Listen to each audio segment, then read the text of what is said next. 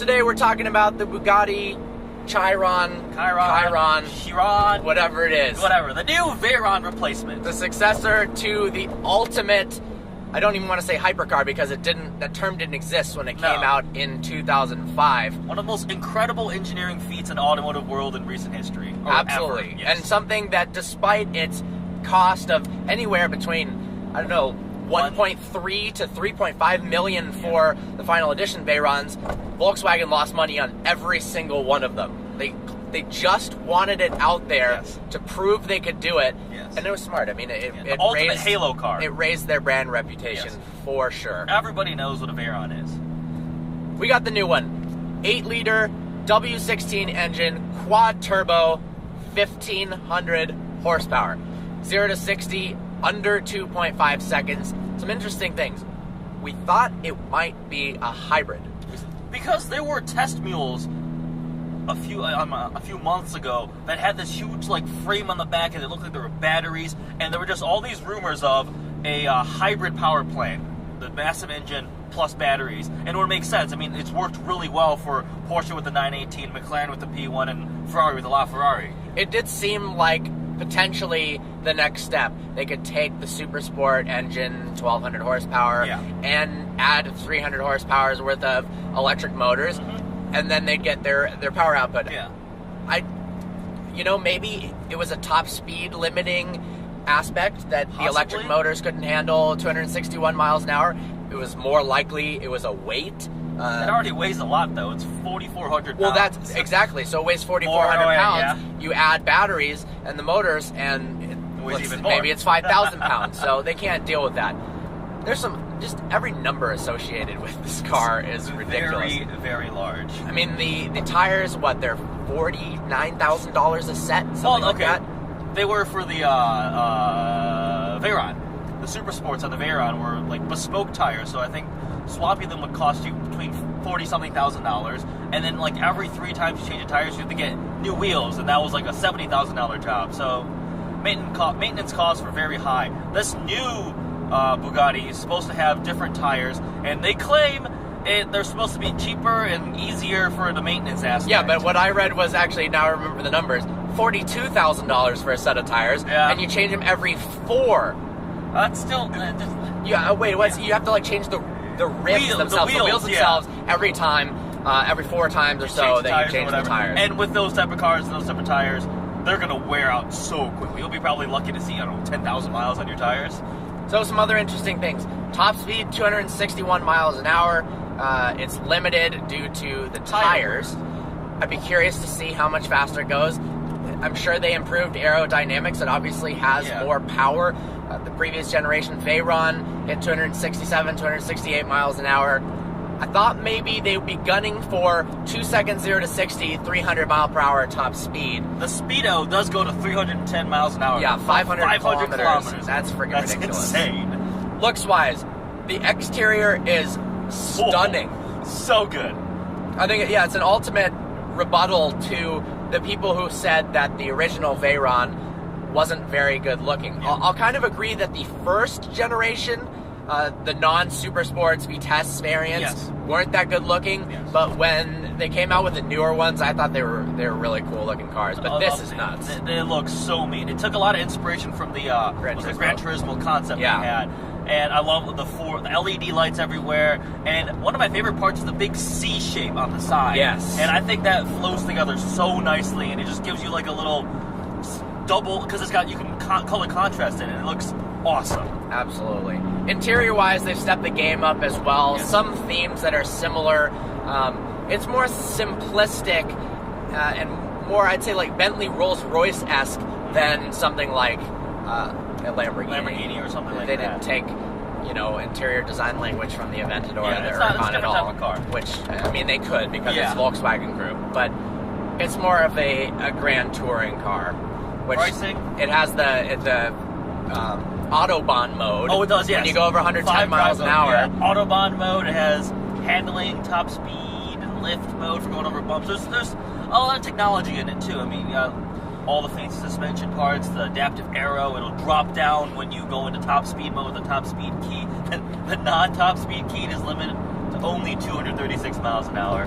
Yeah. So, AKA, you know, peasant speed. It's like, yeah, they've got the red key and the black key for the Hellcat that cuts the power down by 40% or so. But this one, oh no. Like, you can't get injured at 236 miles an hour. This car's going to be $2.5 million, limited to 500 vehicles built. I think that's more than Veyron, right? Veyron's 375? Ooh.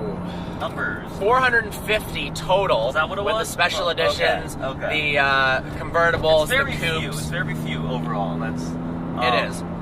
But $2.5 million, this is going to sound really messed up to say. It sounds almost like a good deal to me. Yeah. In the sense that the last final edition Veyrons were $3.5 million or so. And if you want to get a used Super Sport, whatever, they're all floating around the $2 million range.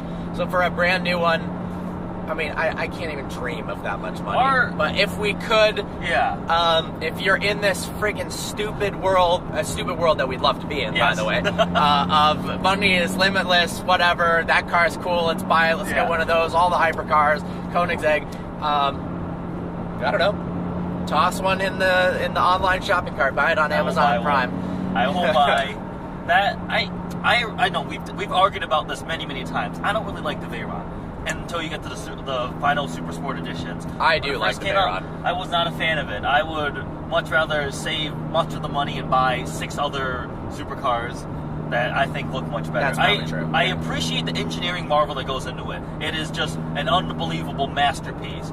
But if I had $1 bajillion, would I buy one? I'd probably go buy a McLaren P1 instead, because I like McLaren. But this new one, God, it looks cool. Yeah, but the thing is, if you had $1 bajillion, I don't know how many zeros are on that number, but you'd have a P1 and a Veyron. That's true. That is very true. At least I think. What do I know? But they probably do. I'm sure some Arab sheik is going to buy 4 of the new Veyrons, 1 in each color. Yep. I like there's a full online configurator. You can go through all the different color schemes.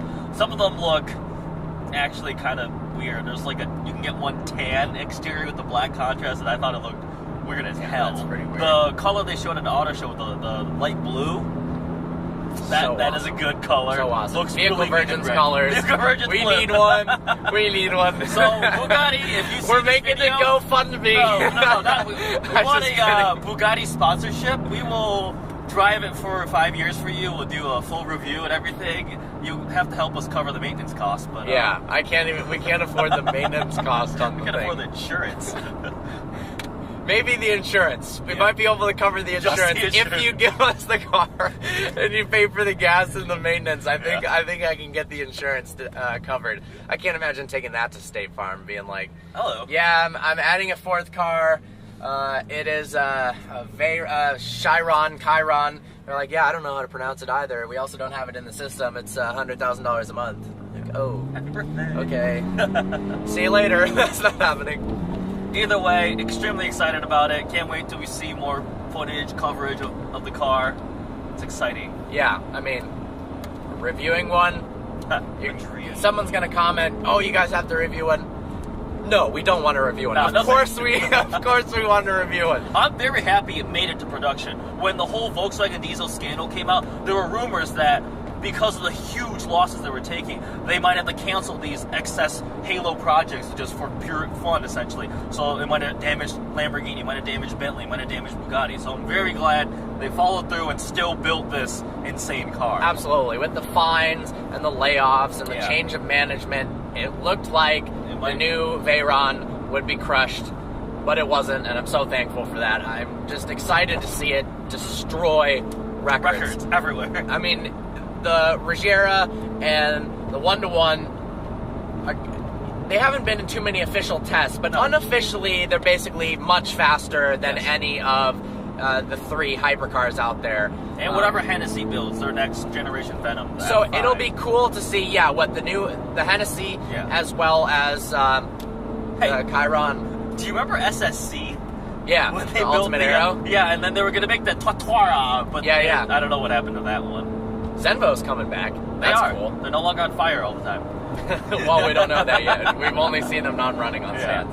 The hypercar world is really cool right now. It is blowing up. And the competition in the normal car world is getting insane. Yep. Just sedans and whatnot. This is a time, if you have a ton of money, to get excited and buy cars. Buy many and cars. if you have a normal amount of money like the rest of us, there's also some awesome offerings out there. Alright. Cool. That's some stuff talking about the new Bugatti. Hope you enjoyed this video. We kind of want to do a series like this where we talk about the new offerings, just some info on the car. Me and Eddie blabbering back and forth about stuff. Hope you enjoyed it. Look forward to seeing you next video.